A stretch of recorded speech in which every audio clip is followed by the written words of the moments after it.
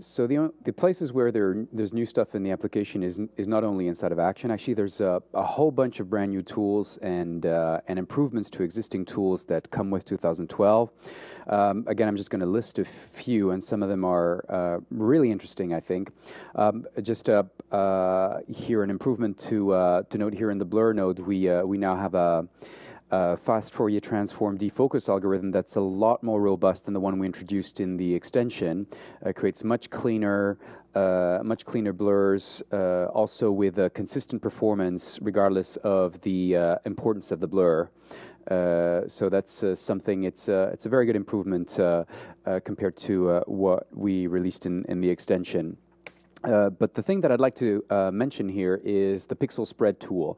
So pixel spread is a tool that we've had on our radar for a while, but weren't quite satisfied with what we were getting. But I think that we've reached a point where it's actually a very powerful and useful tool for many things. Pixel spread allows you to solve a bunch of problems which have to do with pixel filling in general, and one of them that is very frequent is dealing with edge problems on keys. So here I have a pixel spread node, and I'm feeding it with first of all a foreground that's a despilled green screen, a key that I did in the 3D keyer, and a background which is this blurred backplate.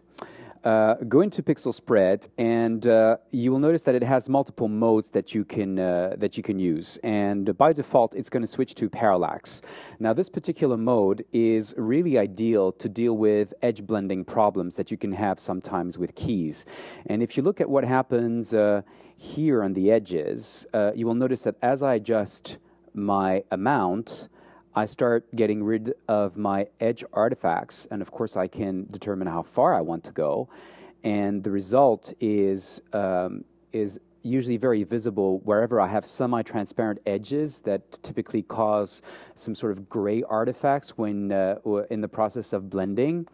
And so here with a parallax, I can actually stretch the kind of create like a very subtle stretching of the texture within the boundaries of the edge. Of course, I can control how wide the effect should be, and essentially reach the ideal compromise to get the effect that I want.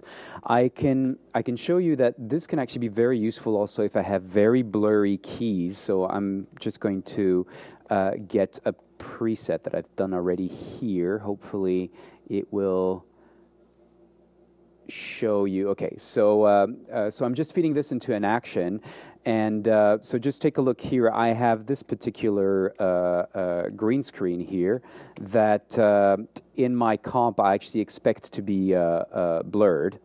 And so pixel spread actually can help me deal with again, blending problems inside of Action. So if I take a look at my result inside of Action and see the effect of the pixel spread, you will see that if you look at the edges here of the green screen, if I were to remove any of the pixel spread effects, I have quite significant edge artifacts, and if I bring them back here, they kind of go away. So it's again, it's a very powerful tool to solve some keying problems. And in this context, I actually have pixel spread being applied to both my foreground layer and my background layer with obviously different settings. So pixel spread, I just want to mention that it is actually available inside of the modular keyer, along with a whole bunch of new nodes inside of the modular keyer. We'll talk about that a bit later. But so this is something that you'll probably find really interesting. Just want to note that you have two modes also. Every single mode actually that I'll talk about has a contraction mode or an expansion mode. And by default, what you want to do with keying is typically do an expansion within the mask. kind of just have to stretch the texture to remove some blending artifacts. Let's take a look at another mode, which is the stretch mode. Now, the stretch mode, in order to highlight this, I just went into action and kind of did a tracking of a bunch of G masks using the shape tracking. And so I'm outputting this mask. And the stretch mode also expects a matte as its input and any foreground image that you would want to submit to it. And what this gives you is actually essentially a warping mechanism that is proportional to the grayscale level of the incoming matte. So the wider your matte, the greater the warping effect is. And of course, you can fully control how much warping you want. And of course, what the width of the actual effect should be. So by punching values here, you can create like some pretty, let's say, soft transitions in the warping. And here, in the context of my track G masks, you'll see that it delivers a pretty good warping effect. Which sticks pretty much to, well, the poor singer. It's nothing personal I have against the singer. Okay, so this is the original image, and this is what it becomes. So stretch actually can also be seen as a warping utility that will create a warping effect proportional to the grayscale levels of your mask. You can see this really as a displacement that would happen in the plane of the image as opposed to occur in the Z, in the height of the image. So this is something that's actually quite powerful. And again, you can have contraction mode and you can have expansion mode. Now, in contraction mode, this creates like an entirely different effect. And again, it's really nothing personal, but it works quite well, quite effectively. Another mode that the pixel spread supports is what you call the interpolation mode. Now, the interpolation mode is interesting, especially when you want to actually spread the color of what's within your white regions of your matte towards the outside of the image. Now, this can be very interesting when you have something like a pre-multiplied CG element, and you want to kind of alleviate some either division problems that you may have when you're trying to do blending. So Interpolate is actually going to, you can actually tell the algorithm that you're dealing with a pre-multiplied source, and what it will do is actually extrapolate the color that it detects within the white regions of the matte and spread them across the rest of the image. This is usually a useful tool. Well, first of all, you can hijack this to create all sorts of diffusion type of artistic looks, but it is a useful tool in conjunction, again, to solve some blending problems, but more with CG originated material. You have access to a shrink parameter here that will kind of erode within the matte to decide, again, how you spread the colors outside of the object. So lots of control there. It's a pretty cool thing for, again, CG originated material. One last mode that I'd like to show you is the vector mode. So the pixel spread actually also has a vector input, and this because it has a fourth option, which is vector warp. And so with vector warp here, I'm feeding it with an analysis a vector analysis that I did with motion analysis. And so I'm slightly blurring it. And you will see that what this will allow you to do is actually do vector-based warping. And so let me move to another image here where I have motion. And you will see that what it allows me to do is actual real warping based on the vectors. So this is actually an interesting warping tool that can have, I guess, interesting applications if you have the appropriate vector fields, but essentially really it allows you to control a warping with any kind of vector. You can tell precisely this pixel should go from A to B. And on top of the effect, you can actually add a spreading blur that will create, in conjunction with it, something that can be more of an artistic effect also.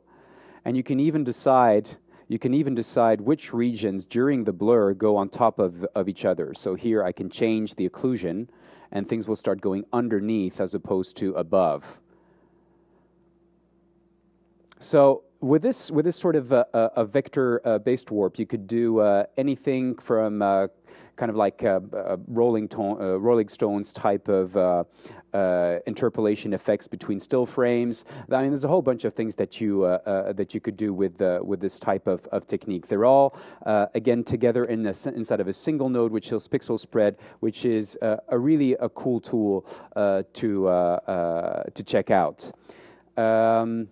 Along with pixel spread, there's a wide array of new tools that you can check out in 2012. One of them that you'll find probably very useful for all sorts of things, including keying, is the denoise. So denoise is a long overdue noise reduction algorithm that actually is much less destructive than the pretty crappy degrain that we had before. So it's a very significant improvement over what we had in previous releases. And so I'm going to show you how that works really on this 4K plate. So essentially the workflow is pretty simple. Let me just reset everything. So as you see, I have quite a bit of grain here in this 4K plate. And so the first thing that you want to do with this tool is actually add analysis regions that you want to position in various areas of the frame that usually correspond to different ranges of colors and luminance. So I'm going to go ahead and add a few of these within the image. So where it's clear, I want to make sure I get something in the highlights, in the midtones, and in the shadows. So here, let me try and grab something also here, more like in the highlights. Okay, and once I'm ready to go, I simply click on Analyze, and the algorithm kicks in. And at this point, you see that it actually here created like a curve, which essentially added keys in all the luminance values per channel, the intensity values per channel that it detected in every single one of my analysis regions. I can then decide to augment the radius of influence, and it's going to be up to me to determine what's the most ideal compromise in order not to destroy too much detail in the information. So keeping the detail without and removing the grain that I do not want. As you see, I can also mix back in some level of detail if I want to, and I can also decide if I want to blend the original grained image underneath it. So I have an opacity parameter that allows me to do this. The denoise algorithm also comes with a median filtering that you can add on top of the denoise. And if you only want to use the median filtering, you can just deactivate denoise and activate the median filtering. The median filtering has all sorts of options that allow you to control the radius and also allows you to work either on a per component basis, but also in an RGB vector space. This typically will give interesting results. And so again, this is something that you can accumulate with the denoise if this is something that you see fit. You can control the number of iterations of the median filtering, but of course, the more you crank up this value, the more processing time it will take and the more destructive the operation will be. Again, you can actually use one or the other or the two cumulated, depending on what it is that you want to do. Denoise is also available within the modular keyer. It's a very precious tool to deal with difficult keys on grainy footage, as it preserves a lot of the edge information in the original key-in. It is something that allows you to usually facilitate the extraction process. So something certainly to check out outside of just the ability to denoise. Denoise is not expecting any specific grain pattern. It is not dedicated to film grain. It is something that should work generically on a variety of different noise patterns, whether it's from film or whether it's from electronic CCDs.